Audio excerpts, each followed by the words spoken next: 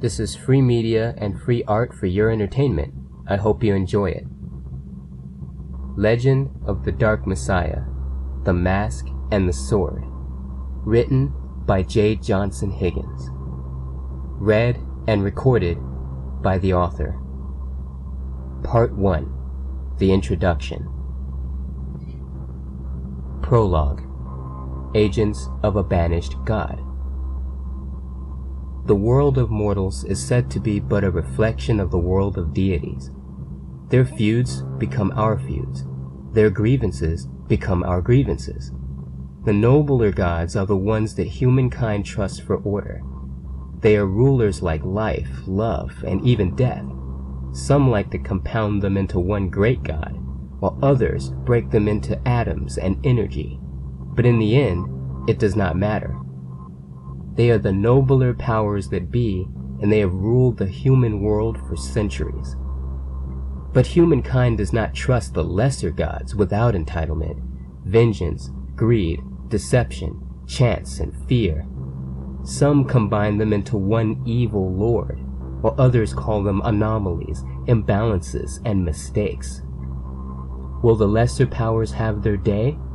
Not so, say the noble ones, Birth, Honesty, and the playful sister Change. There was one lesser god, however, that did not agree. One that had grown so powerful that he was given a human name, Derrit, the masked god of vengeance.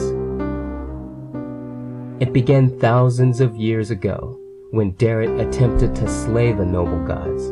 When he failed, he was banished from the land of gods and sent to live among the mortals, forced never to show his face again. He remained hidden behind a mask and spent his immortal years in solitude atop the tallest mountain, where he built a great palace. He was soon forgotten, and his palace faded into an indistinguishable part of the conical landmass. There was relative peace in the lands for both gods and mortals. All wars ended. But a dormant threat remained. A black cloud circled the mountain. What if Derrit sought to slay the worshippers of the noble gods, the ones who gave them power to rule? Unlikely, the noble gods naively assumed. He cannot harm mortals with his own hands while he lives between worlds. Who would have thought that the masked god would rise again and seek revenge? Other forces, betrayed by the noble gods, would later befriend him, and mortals would willingly slay the children of the noble gods in the name of revenge. The legend foretold that Derrit would send 2 supreme agents into the world of mortals. The first agent would be the divine dictator, Derrit's mortal son and successor, who would rule over the world of men until the end of days and be deified thereafter. He was a lion of a man and the likeness of the masked god himself. The second agent would be the Dark Messiah, a princess with the power to bring about the end of days and rule at the divine dictator's side in the new world. Her face of divine beauty and innocence would fool all who lay eyes upon her. Countless had seen such a face, but few ever lived to speak of it. "Captain! Captain!" the scout shouted as he returned. "It's not safe to head west. We've spotted an agent of Derrit headed our way, sir." "An agent of Derrit, you say?" Captain Stanley looked off into the distance. "Only one?" "Only one, sir." Stanley thought of their geographical location. "We have no choice but to head west. The only path is through the mountains. We cannot afford to waste time. We don't have the resources."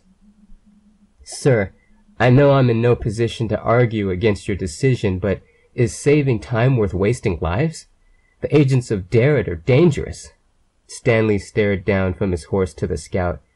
"Dangerous? But you say there is only one. I believe our legion can handle one agent.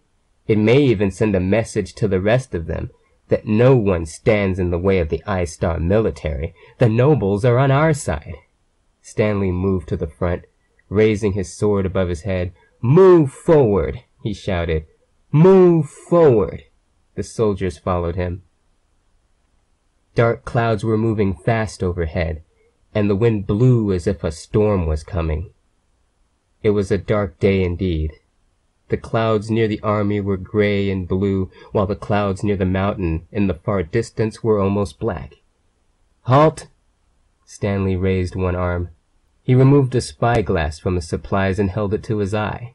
He adjusted the lens and looked from side to side. There! A girl on horseback was waiting patiently for the army to come to her. This was the one known as Cassidy, the Dark Messiah. Her face was confident, bearing a gem on her forehead, and her eyes were two deep red coals.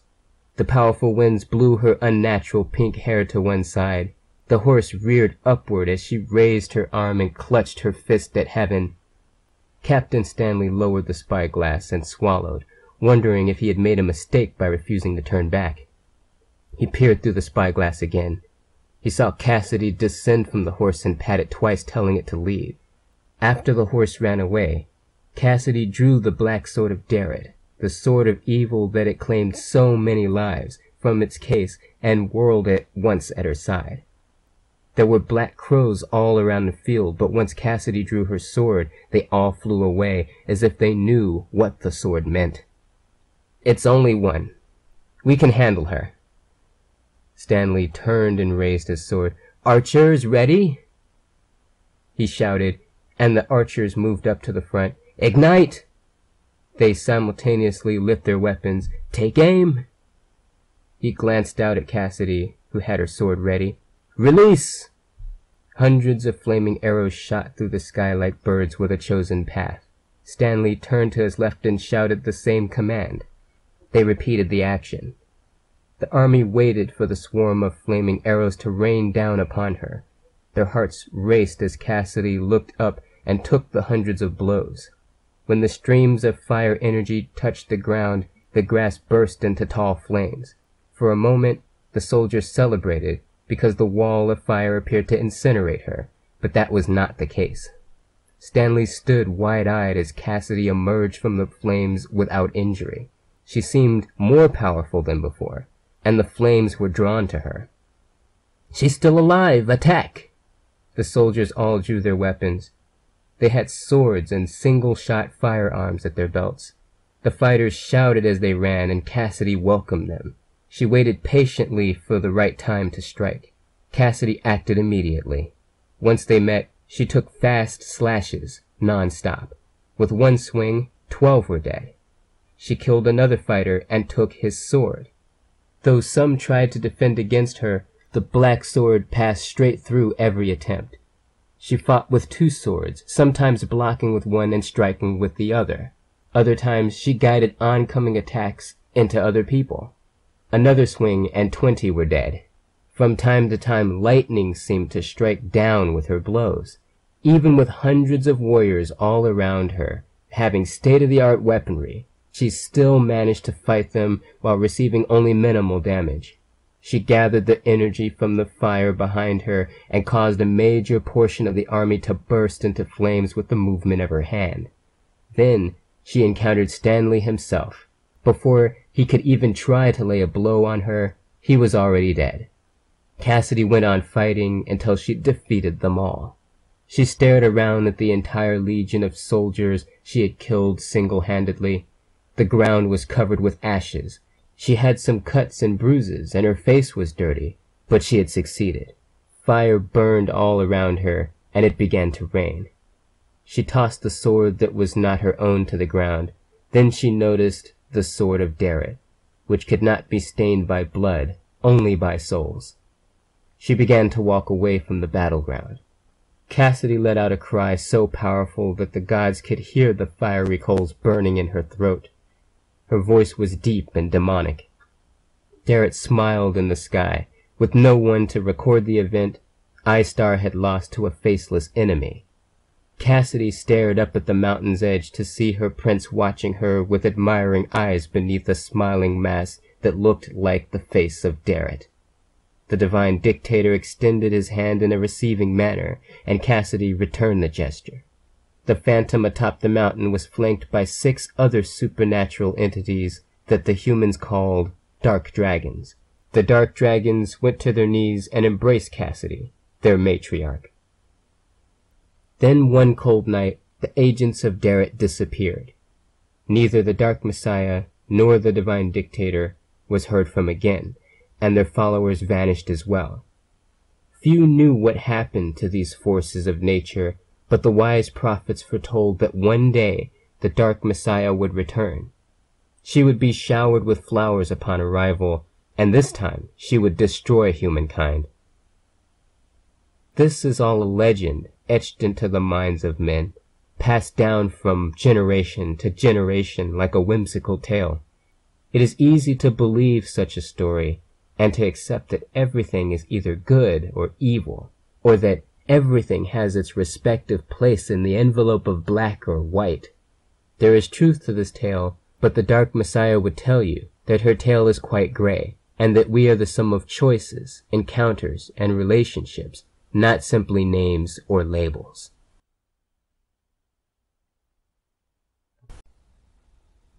Chapter 1. The Cold Room. "Awaken," the walls exclaimed. The unconscious girl finally did so. Apparently satisfied by this, the godlike entity in the walls did not say another word. The girl took a deep breath as she slowly lifted her head. She found herself lying face down in an ice-cold puddle of water, her hands trembling and numb, while her hair hung into her face like a wet mop. With every breath came a cough, expelling mist that froze on contact with the stale air. The sound of trickling water grabbed her attention, and she noticed a small current in the puddle. The ring of water was in fact growing around her, edging its way along the rocky green floor of whatever dark place she was in. She whipped around in an effort to find the water's source. Her question was answered immediately. A circular room surrounded her. Along the walls were 8 ice crystal structures, one of which she had just fallen out of. Many of the other structures were broken as well, but not all. Far removed from the 8 structures was a 9th, broken and empty. She rose to her feet. While looking around, she noticed that the closer ice structures still had people in them.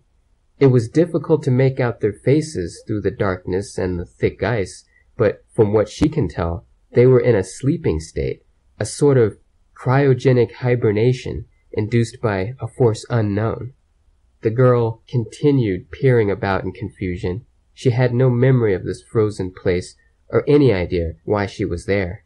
Still trembling, she moved toward the opening that led to the outer part of the cave. It had to be warmer outside. The path toward the opening looked similar to stairs leading upward, except they were broken and misshapen. Partway up the stairs, she had a tingling feeling throughout her body. She stopped and turned around. For a moment, all was silent, the world around her almost dreamlike, changing color before her eyes. It was a vision. The ice structures were suddenly whole and unbroken, including her own, and her likeness inside did not stir. She started walking again, and the tingling sensation returned to her.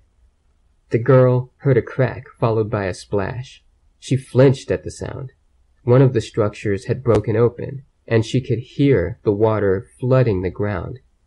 She saw a man lying across the ground, icy water running off his head as he slowly pushed himself up.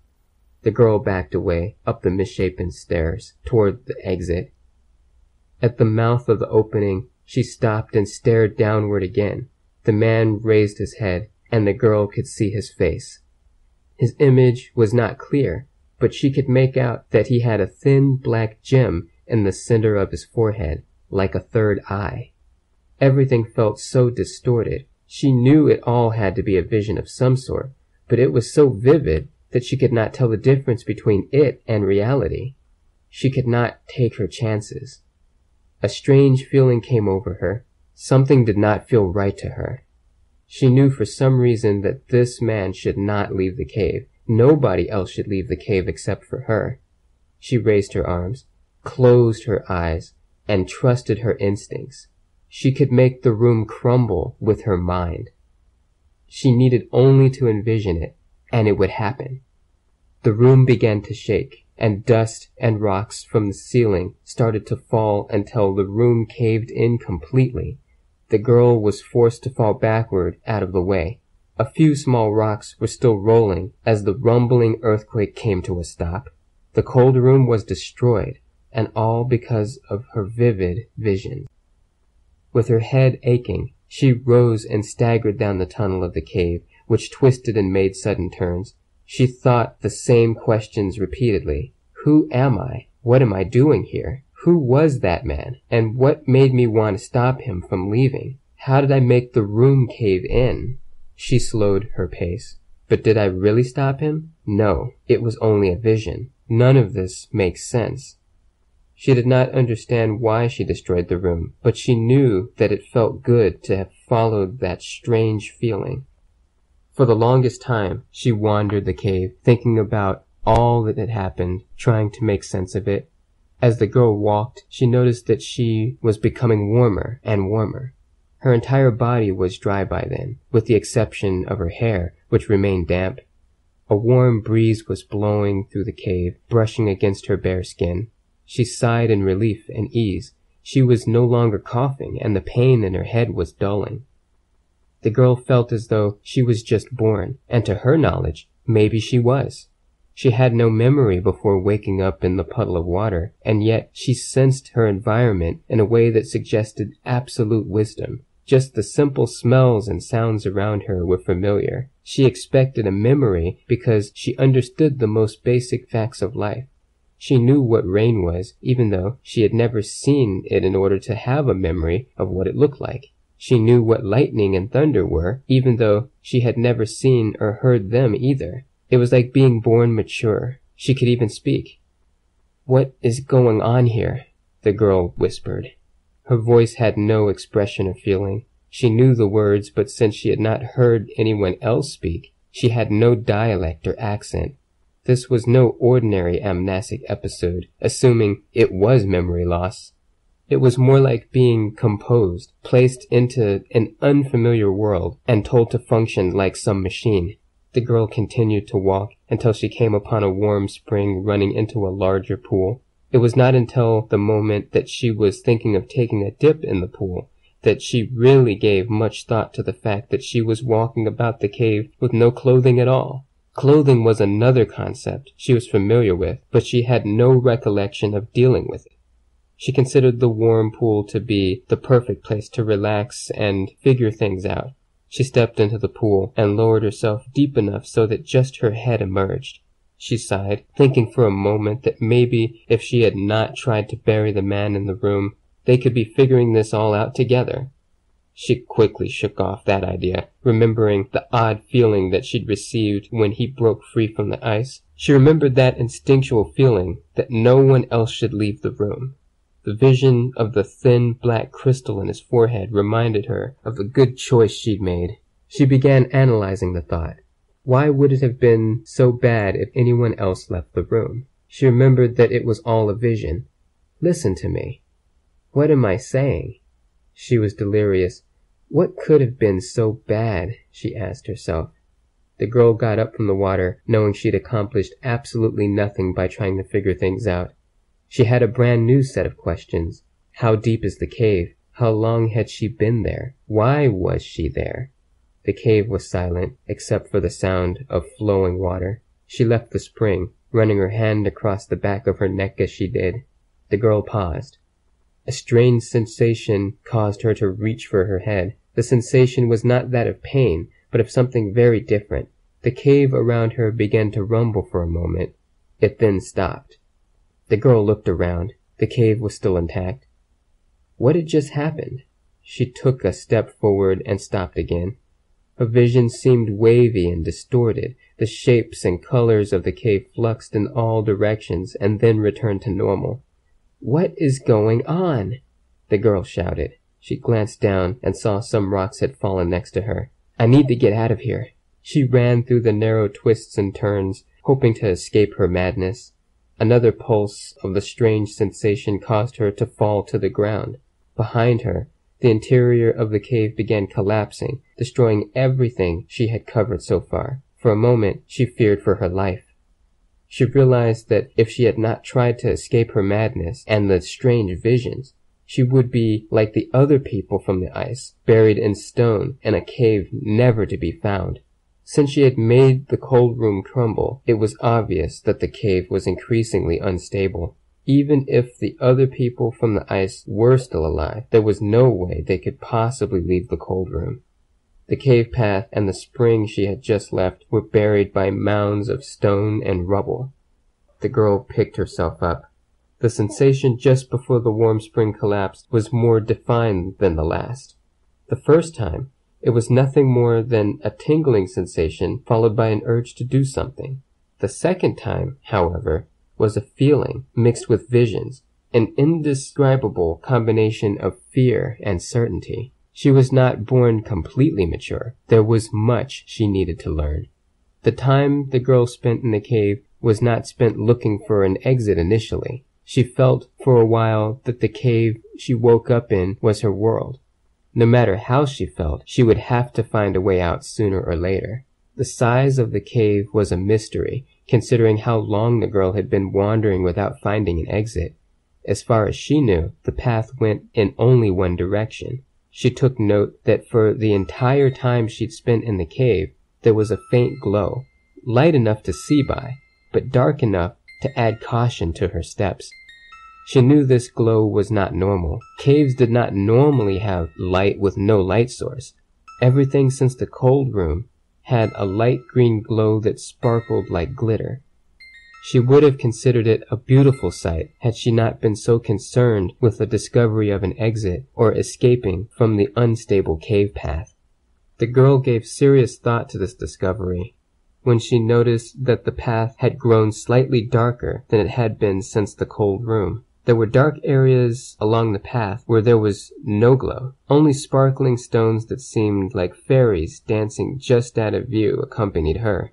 It was certain that after every dark spot there would be a place with more light, enough to cause the girl to squint her eyes after adjusting to the dark. In one of the dark spots, a small flow of water was coming from a small opening in the rocks. The girl put her hands under it in the shape of a bowl and drank the water. The water had a distinct taste of minerals, and it was rather pleasant. She sighed when she realized she was getting nowhere. The twisted path with its eerie green glow seemed to go on forever.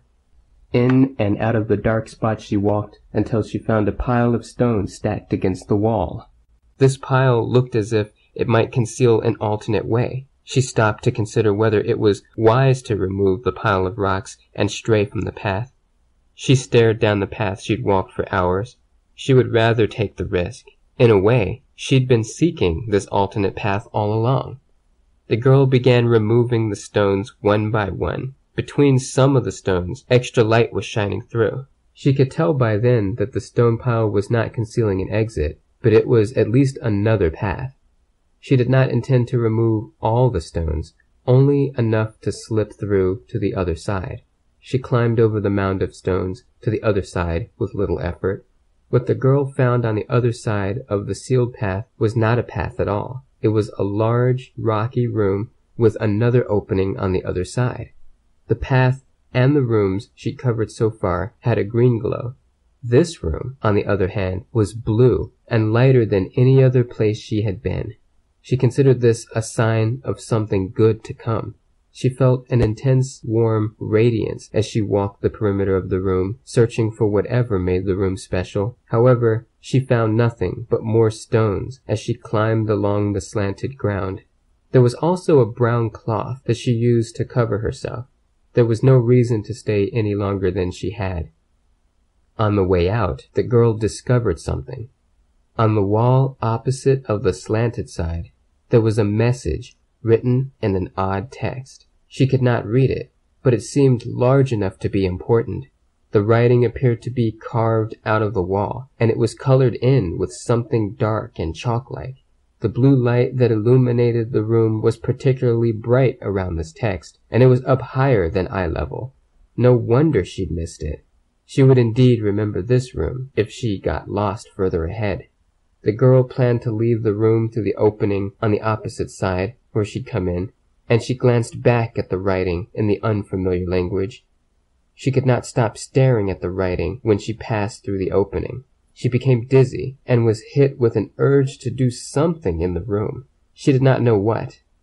Her actions were not automatic as they had been the previous times.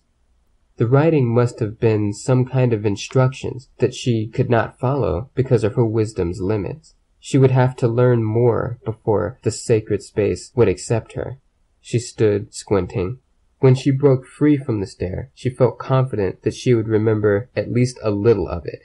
She shook her head and left the room. The opening led to another path with the green glow, not nearly as long as the others had been. The girl could see to the end of the path, where there was an enormous dark spot containing 6 different openings to choose from. The darkness sparkled like a starry night, with so little light that she almost had to feel her way through it. She could see the openings because of the lack of sparkles coming from them. Other than that, she could see the silhouette of her arms against the sparkles. A small ball of light the size of an insect shot past her. The girl could not tell what it was, but when the light moved down the second opening, an instinct told her to follow it without question. Moving forward ever so slowly, she touched the wall and entered the second opening. Rich green light returned as the girl moved down the hall and made a turn. She could see a brighter light at the end of the tunnel. Could this be the exit she'd been searching for? She picked up her pace until the green light died off and was replaced by natural light from outside. She smiled. It was the opening she was looking for all along. As the girl emerged from the cave mouth, she was blinded by the natural light of the sun. She was at the cave opening in the mountain, staring down upon an open valley with what looked like a large circular city in the middle of it. It stretched far to the left, out of her view. The city came to a point and stopped. Beyond that point, it was purely nature and trees. The city appeared to be well maintained from what she can see at such a great distance away. The farthest her eyes could see were great forests surrounding the valley. After being in the green cave, seeing this landscape with such rich color was truly amazing. Nearby, she noticed unique bushes with white flowers. There were no others like them around. Birds flew high in the sky, heading to the top of the mountain. Watching the birds, the girl glanced up. The mountain she'd left was so big that she was surprised to have made it out in the time that she did. She stood in the warm sun for a long while, holding the brown cloth to her body. She knew she could not stay there much longer. The girl began to venture down the mountain toward the city below. The city was no doubt her next destination. She wondered if the people in the city were like her. If they were, she was sure she would finally be able to get some answers to her questions. She became very eager to reach the city. She thought about the writing on the wall. What could it mean? Was the language common in the city, or just as mystical to the inhabitants as it was to her? A winding path led from the opening of the cave to the bottom of the mountain. When the girl made it a good distance down the mountain, she heard a small rock tumble by her. She instantly turned to look up at the top of the mountain. She had a feeling she was being watched, but she did not see anyone. Although not satisfied by her inspection, she forced herself to move on. When she turned to face forward, a man appeared in front of her. She gasped. The man was wearing a smiling white mask. The girl only saw him for a second before he transformed into a murder of crows that flew away in all directions. These were visions of things to come, she knew, and they scared her beyond words. She took off running toward the city. Chapter 2. My City, My World. The sun had moved quite a bit by the time the girl reached the bottom of the mountain. By the time she neared the city, it had moved even more. When she'd left the cave earlier, she was only aware of one object in the sky, but over her shoulder, she could see that there were 3 moons, one large, one about mid-sized, and the third was red and much smaller than the others. The red moon was like a tiny pinpoint in the sky, moving slowly yet fast enough to follow its movements with a finger. She had not seen the specter at the foot of the mountain again, but she remained cautious the entire way. The clouds over the mountain seemed extremely dark, and she could almost see a face forming in them. When the girl neared the city, she could see many buildings rising up over one another. One of the more distinct buildings was the enormous clock tower that dwarfed even the tallest skyscraper. The buildings were made of light brown stone that made the city appear to be made out of gold. She knew she would have to find some appropriate clothing before she walked the streets of the city. What would she do, though? She did not have whatever currency the city used. The only object in her possession was the cloth with which she had covered herself. "Well, I have to do something," the girl muttered. She decided to follow a simple and obvious plan. She would have to enter a house and take some clothes. She did not want to be considered an outlaw so soon, so she would try to stay out of sight. The girl moved in close to a small house at the outermost part of the city. She peered into the window and saw a few children inside. They were searching through a drawer. They would not have any clothing for her. There could have been other rooms in the building, but she did not want to take the chance. She shook her head. The two boys were the first regular people she had seen, and all she could think about was stealing their parents' or older sister's clothing. She felt bad about this and moved on to the next building. This one had multiple floors, and she could see that one of the rooms was completely empty. The girl smiled as she readied herself to enter. The window wasn't locked, so she gently opened it while keeping a constant watch on her surroundings. She slinked into the room, slowly peering from side to side. She remained quiet as she approached the closet, whose doors opened from left to right. The girl stood in silence, and her eyes widened. The closet was filled with lots of clothing, dresses, pants, shoes, everything. It all appeared to be about the right size, but she wouldn't know until she tried something on. She began looking through the clothes, holding them up and comparing them. For someone considered needy, she was rather judgmental and picky. It was not that she didn't like the clothing. She felt the original owner had terrific taste, but choosing from amongst them was the tough part. The styles were either exciting or conservative, challenging her unexplored concept of clothing, but either way, the clothes were available to her. She was so vain that she did not care what happened in the next few minutes. "If someone catches me, I'll just make the earth devour them," the girl joked aloud. The act of breaking in was completely absent from her mind. She treated the room as if it were her own. After going through the clothes for some time, the girl put together an outfit. She selected black pants, fitting slightly loose and comfortable, and a belt. Her shirt was light blue with short sleeves, and it had an image of a rose on it, obviously handcrafted. The shoes she chose fit well enough that she couldn't complain. She was just happy to find some clothes at last. The girl looked about the room for a mirror as she finished dressing. She had not seen a good reflection of herself at all. The only thing she knew about her appearance was that she had some strange colored hair, a discovery she made in the cold room of the cave during her bizarre visions. While touching her face, she remembered that she had noticed something on her forehead earlier. She found the mirror on the other side of the door to the room. She was caught off guard by her appearance. On her forehead was a red crystal. Feeling it with her fingers, she wondered if it was normal. It could not be removed. It was a part of her. All the questions she thought about before came racing back to her. The man in the cold room had had a black crystal on his head. She had not given much thought to the two boys next door. They were facing the other way. The girl examined her face. Other than the odd red crystal, she was a beautiful and attractive woman with a good figure. She appeared to be young, perhaps in her 20s, but she was not certain. Her hair was in bad shape, though, unkempt and wild. She spent some time fixing her hair and establishing order to the madness. The crude alterations were enough for now. After that, she felt much better about herself. Her hair was a dusty rose. It was a subdued shade of pink that one could mistake for something natural, yet a human natural color was absent and replaced by whispers of some milky gray metal that sparkled as she touched it.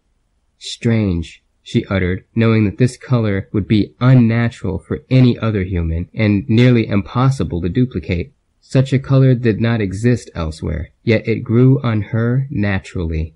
The girl began to straighten up the room and return it to the way it had been before she'd entered. She considered leaving through the front door, but she reconsidered and headed back out the window. When the warm rays of the sun poured down on her, she felt as if she could take on the world. That all changed quickly upon seeing her reflection again in the glass. What about the crystal? She remembered the two boys in the small building next door. Once again, she was concerned. Of all the things she was born familiar with, the crystal in her forehead, or anyone's forehead for that matter, was completely alien to her. She wanted to know for sure if the crystal was normal among the people. The girl ran to the window of the small house and peeked inside one more time. She swore under her breath. The children were not in the room anymore. She shook her head. "Can I help you with something?" A startling voice came from behind her. She flinched as she spun around. It was an older man with a curious expression on his face. The man had no crystal on his forehead, which was the first detail she looked for. No. I was just looking to see if—" The girl felt stupid, with the amount of nonsense coming from her mouth. The man's expression remained unchanged. One thing she was sure of was that the man cared very little about the crystal on her forehead, and more about what she was doing at the window. She did not bother saying another word. She simply left and headed further into the city. She glanced back at the man, who was shaking his head. She encountered many signs that indicated the city's name, Jennison. As the girl progressed through the city, she noticed fewer houses and more commercial stores. The agricultural areas were far behind her, and the industrial areas were less common. The streets were constructed of smooth, carefully laid bricks. She was amazed at how much time it must have taken to build and maintain such a beautiful city. There were some vehicles, but not many. The buildings were at least 4 stories high. She began to see more and more people. In an effort to adjust her voice and reflect the local accent, she stayed around the areas where people were talking and repeated after them. People regarded her strangely for mimicking them, but she did not care. She learned fast. Her pre-existing wisdom strangely allowed her to imitate the dialect well. She was happy to note that her clothing choice was neutral. None of it called any unwanted extra attention. The only thing that did not blend in well was her forehead. Other than the creepy man in the cave, she was the only one she saw who bore the third eye crystal. People of all kinds passed her, but no one seemed to care about the red gem. They all acted as if it were normal, while clearly it was not. The girl peered up at the clock tower, blocking the sun from her eyes. It was too bright, and the face of the clock was like a shadow. She was not sure what time it was. She wiped her eyes. Still blinded by the light, she walked forward, not aware of what was going on in front of her. She bumped into a man. He said nothing. "Sorry," the girl muttered inaudibly. The man continued down the street. Most of the stores had large windows. "That's clever. People buy it if they see it?" she questioned. She glanced into the windows of various stores and wondered what kind of currency they used. How could she stay in the city if she did not have any of the mystery currency? She had to get to the bottom of it eventually. Coming across a bank, she decided to walk inside and speak to one of the customer service representatives, even though she felt awkward asking such questions. "Excuse me, I have a question," the girl started, approaching a woman at the front desk. "I'm not from around here, and this is the first time I've ever been here." She stopped. Her accent needed serious work. "How does one pay for goods here in the city?" "I'm sorry, I don't understand.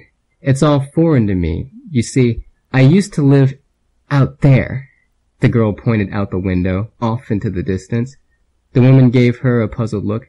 "Out there?" "Yes." She waited. "Can you explain?" The woman hesitated. thinking it to be a very strange question. It was probably the strangest thing she would hear all day. The woman assumed she was from one of the outer cities not governed by I-Star, which operated in a very different manner. Finally, the woman invited her into her office where she explained and made simple suggestions for her immediate situation. We use paper money, credit, and bank accounts. We trade stocks and open CD accounts. She went on to explain as the girl continued to ask questions.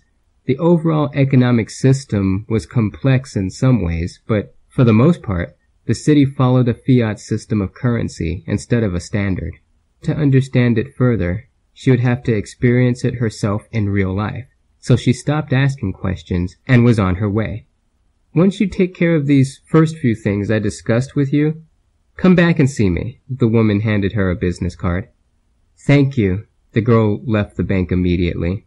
She'd wanted to open an account, but was lacking most of the required information or even a starting deposit. She at least knew she would have to make some money in order to live there. She needed a job, and she needed one fast.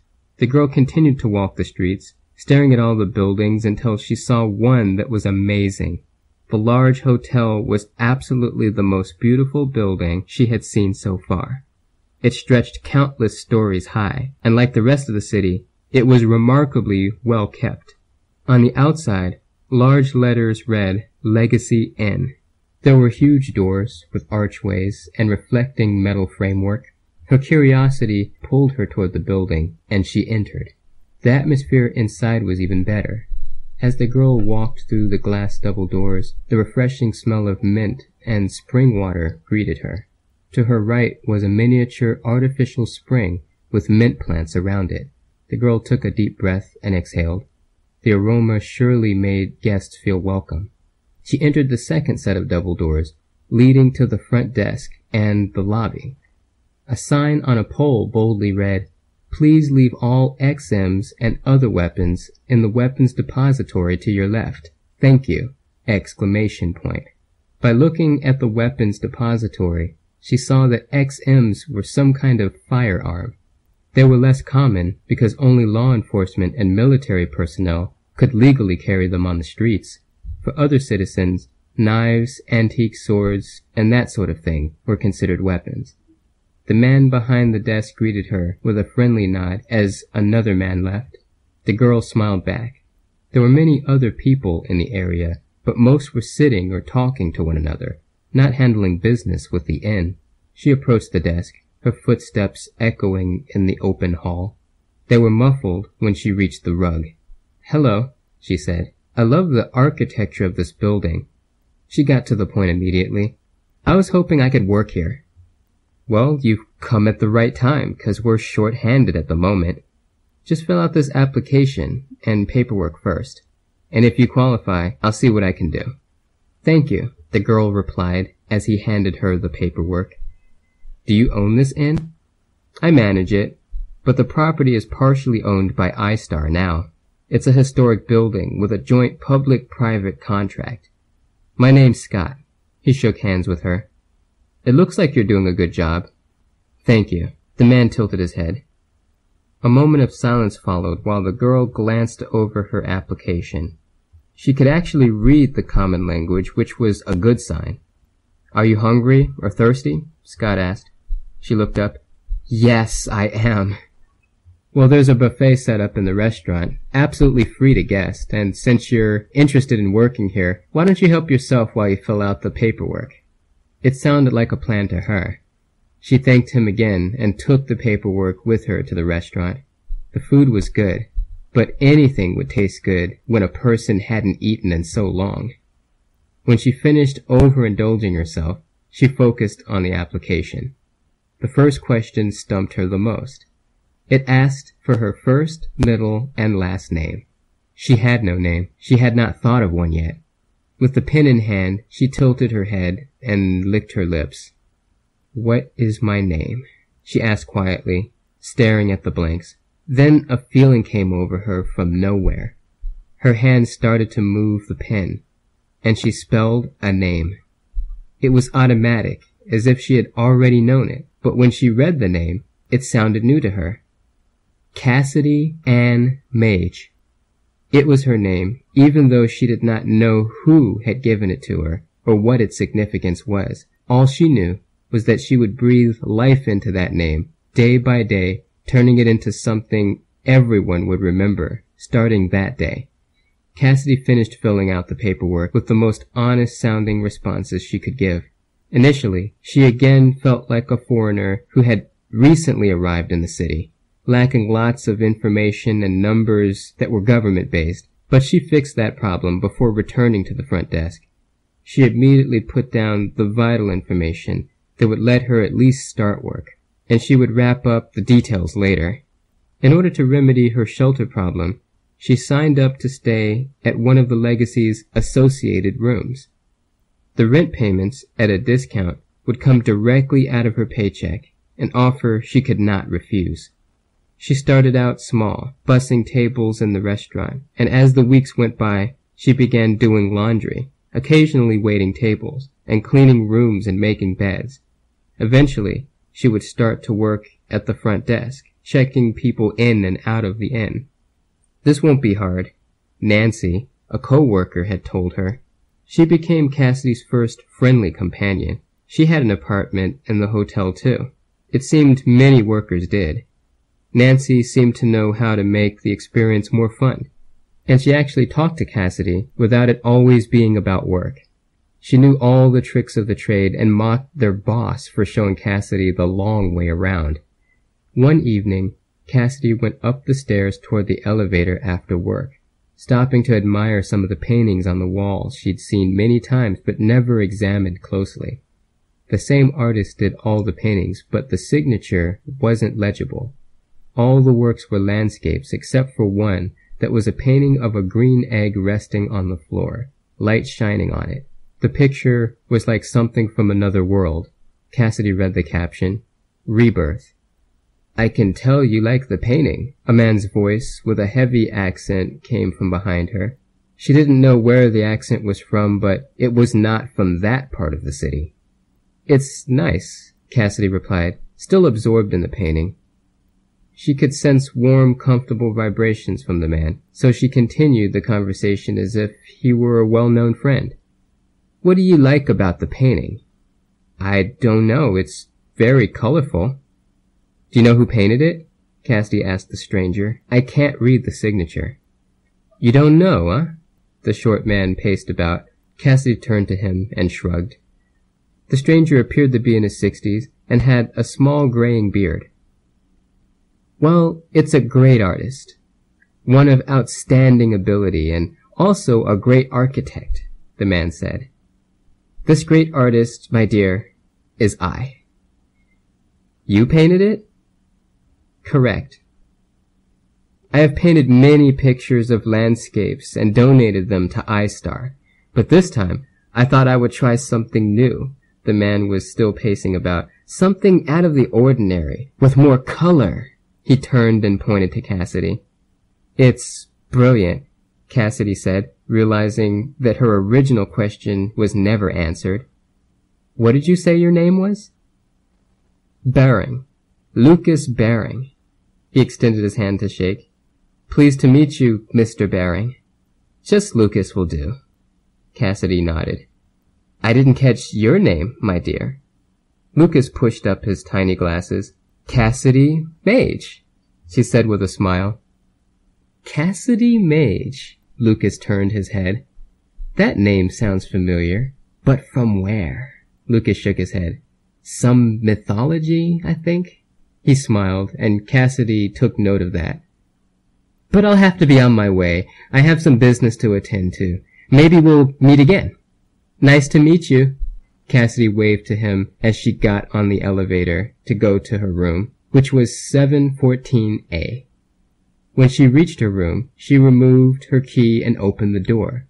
She turned on the lights and shut the door behind her. It was a basic room. It wasn't grand, but it was large enough to be comfortable for one person. There was a single bed with a green comforter and curtains that matched accordingly. The bathroom was to the right of the door, and the kitchen area was straight ahead. Cassidy walked about the room, until she came to the window, where she brushed the curtains aside and looked down at the street. She began to reflect on the day. Instead of racking her mind about unanswered questions, she tried for once to just feel comfortable and not question her situation. She saw that there were still people moving about the city even at that hour. Her powers were still a puzzle, but she didn't worry about that for the moment. They had only done her good since she was freed from the icy womb of the mountain. She liked how she could sense others' emotions so easily. It came in handy when dealing with people. No problem there. In addition, the radiant energy that seemed to flow from her was appealing and often drew others to her. Cassidy closed the curtains. She was ready to get back to her original purpose for coming to the city of Jennison, to find out more about the mysteries of herself and the enchanted cave.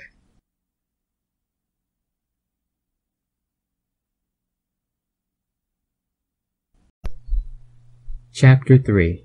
The Meeting That Was Bigger Than Words.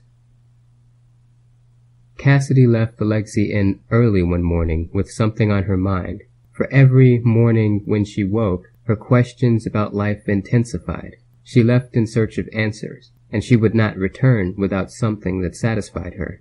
"Do these people ever stop?"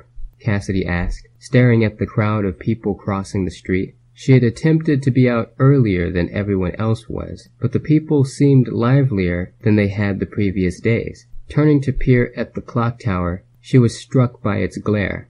She then turned to face forward, wondering what she expected to see. She had not successfully been able to view the clock for days, which irritated her more than words.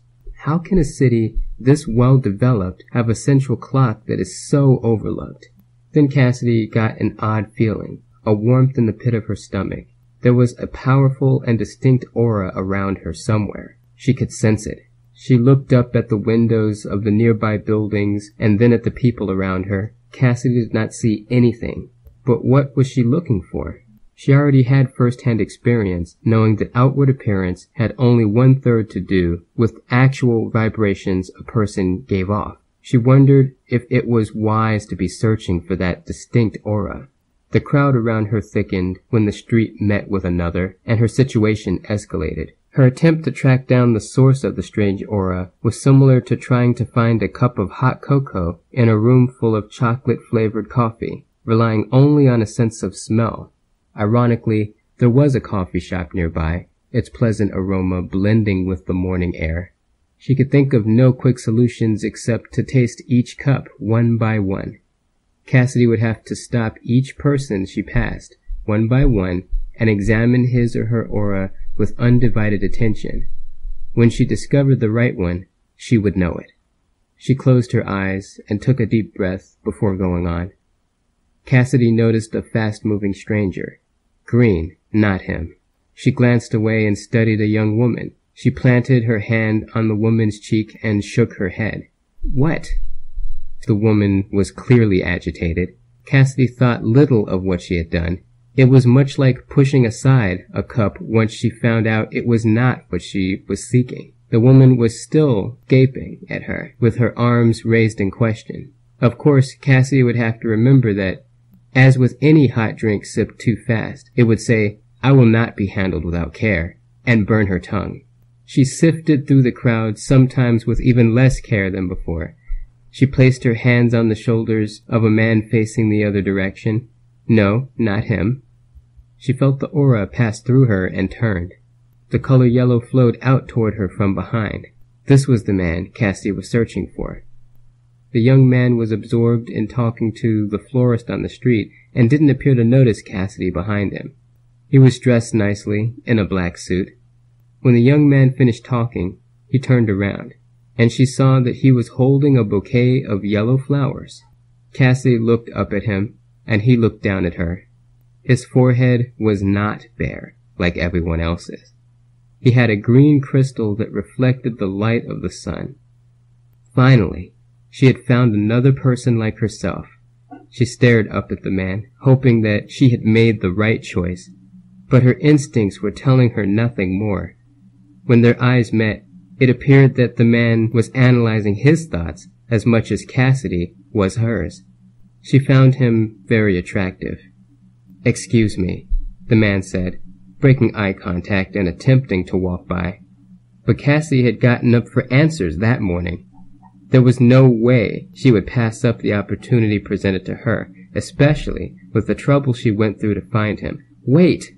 Cassidy stopped him by the arm and hesitated. "Just wait!" He turned around, and Cassidy released his arm. The man was taller than she was, appearing to be in his late 20s or possibly his early 30s. His short, dark hair was styled in a conservative fashion, and his glasses did not detract from his face, but helped define it. "All right, what is it?" The man lowered the flowers to his side. "Well," Cassidy stared down at the ground as she put her thoughts together. "You might think of me as strange for asking this, because you might not know all the answers yourself, but what is that on your forehead?"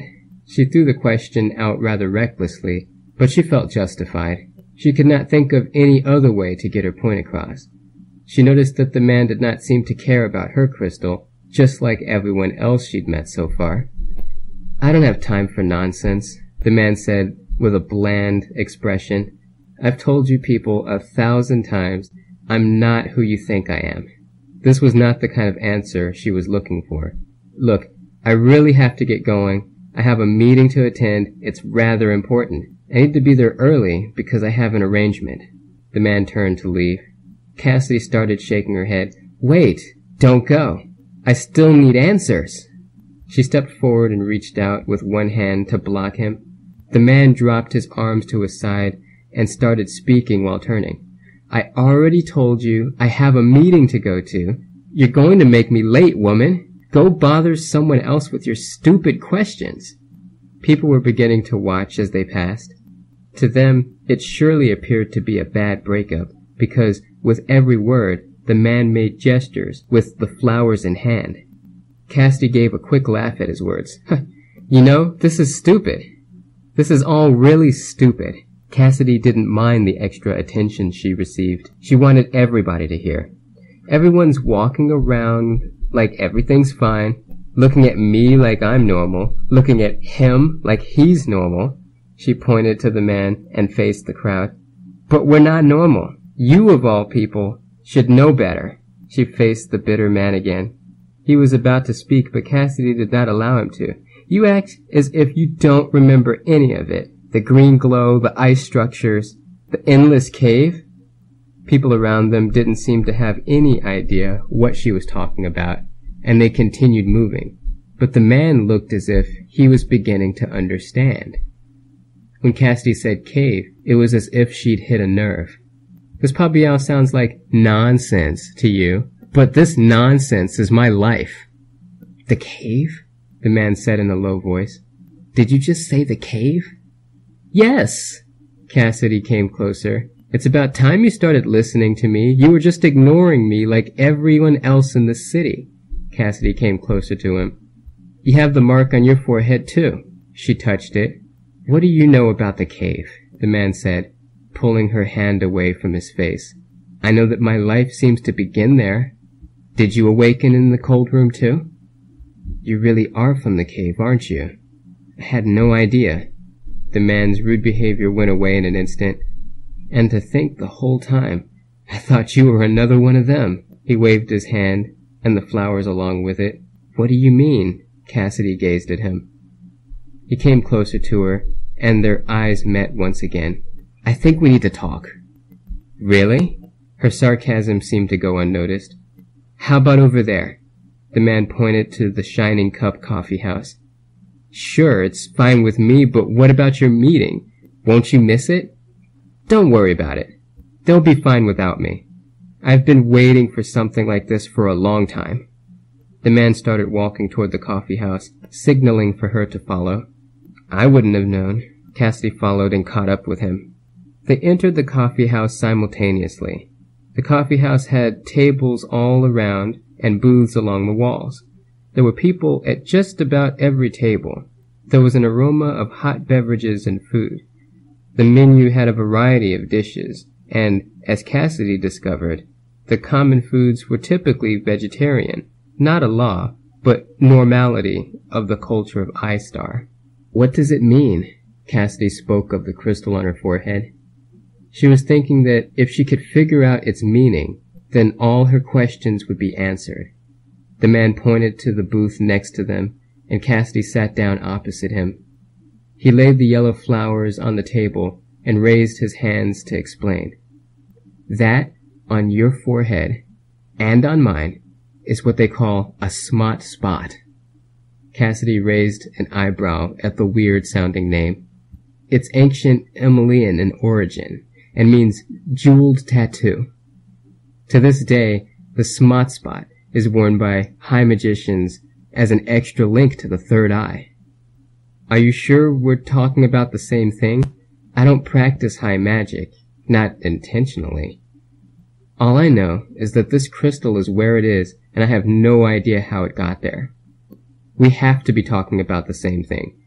I don't know much about high magic myself. I just left the cave, and there it was on my forehead. Cassidy felt less tense knowing that, for once, she was not alone in that world. She nodded. The man nodded, for the same reason. I had thought at one time that maybe I was a high magician, and that maybe I lost my memory. If it were true, then that would explain the powers I have trouble controlling, Cassidy said. It happens to you too? Yes. I can feel the emotions of other people. I know it's not normal, but that's how I found you. And there's a whole other side of it that I still haven't figured out yet. That's interesting, but different from me though. I tend to have these dreams that give me information before I need it. I only realize it later, like deja vu. Psychic dreams? Yes. But I'm pretty sure we're not magicians. How do you know? Magicians can remove their smot spots like you would an earring. Ours, on the other hand, are part of our heads, and shaped different from all the others, Reed explained. I guess the magician idea is out of the question. Cassidy studied her reflection in the napkin dispenser as the man agreed. She began to think about how they met. Do you have something against magicians? You referred to me as one of them, and you didn't seem pleased to meet me. Oh, it wasn't because I thought you were a magician. It was how you were acting. How was I acting? Your behavior made me think you were another Norman, that's all. The man started laughing to himself. Cassidy was not in on the big joke. What do you mean? What's that? The man's laughter faded. How long have you been out of that cave? You don't seem to know anything. About 3 months. 3 months? Is that all? The man's effrontery to continue being a smartass was not taken lightly. Well, how long have you been awake? Cassidy threw back at him. Several years. I stopped counting. The man studied Cassidy carefully. I was hoping I'd learn something from you. I guess not. So let me explain. He blinked. Other than the high magicians, there is another group that wears the smot spot. People call them the Normans, an old Emilian term meaning not of pure magic. Some consider them free thinkers, which isn't a bad thing. I just don't think it's true. 9 out of 10 of them are death magic criminals or drug addicts. The man looked up when the server came to the table and interrupted them. What would you like? The server inquired. Our special of the day is a free cinnamon bun with every cup of coffee. That sounds good, Cassidy accepted. I'll just have the coffee, the man said. I'll be back shortly. The server left the table. Now where was I? Oh yes, the man continued. Many Normans are dark magicians of the Black Cauldron Mafia, an organized crime ring that exploits large businesses and governments with magic threats and their connections. They're dangerous people and hard to protect against, so if you ever meet one, stay out of their way. The man paused, as if explaining the Black Cauldron reminded him of previous encounters. He explained that they were wealthy, well-dressed men, mostly men, with dark voids for eyes, and voices so deep that they could only have reached to the darkest pits of hell. Their curses were like nothing he had ever seen. Much of the XM violence was linked to them, but even the police did not have the nerve to approach them. But that's not what I thought you were. I thought you were one of the false magicians. Who are they? In my opinion, they're the strangest of them all. They do not practice magic. They wear the smart spot strictly to mock the magicians. Many are political activists that use the crystal as a symbol, while others are drug addicts that merely like the way it looks. It's a strange name that means a lot. Hey, that doesn't explain why you thought I was one of them. Cassidy sounded offended. The man chuckled. Did I mention that they crave attention? And did I mention that they like to harass people? Cassidy thought back on her disrespectful behavior and could see where he was coming from. Some false magicians are so high on drugs that they start shouting about colors. Are you saying that I looked like I was on drugs? Cassidy asked. The man nodded. Yeah. Thanks a lot, Cassidy said with a small grin, finally able to find the humor in the situation. The man could not seem to contain his laughter. Enough name-calling. I'm surprised I'm the first person with a smart spot you've met. There are so many out there. The food and drinks arrived, but they seemed to generally ignore these things. We've gone on like this for so long, Cassidy said. When are you going to tell me your name? I'm Agent Reed, of the I-Star Justice Agency, the IJA. Well, Mr. Reed, what's your first name? I just go by Reed. I actually don't have a last name. Females hold last names. That was one of the first things I learned. Men don't have last names unless they're married or have an important standing in the community, like an inventor or high magician, in which case they are given a last name or they choose one. I'm Cassidy Mage. Apparently my name comes from an old myth that I can't seem to find any information on. I work at the Legacy Inn. Wow, that's no shabby establishment. You'll have to show me around sometime. I will, but first down to business. Cassie explained everything that happened to her in the cave, omitting small details and parts she felt were unnecessary.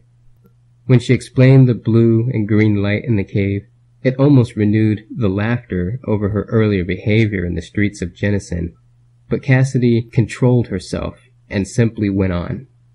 Here's what the writing looked like. Cassidy pulled a napkin from the dispenser and removed her pen. She wrote down what she remembered from the cave, which was not very much, and turned the napkin toward him. Reed removed his glasses and examined the odd script. What do you think of it? Reed didn't speak for a moment. You say this is from the cave wall? I've never seen anything like it, yet it seems so familiar. I felt the same when I saw it. It was one of the strangest feelings I've had so far.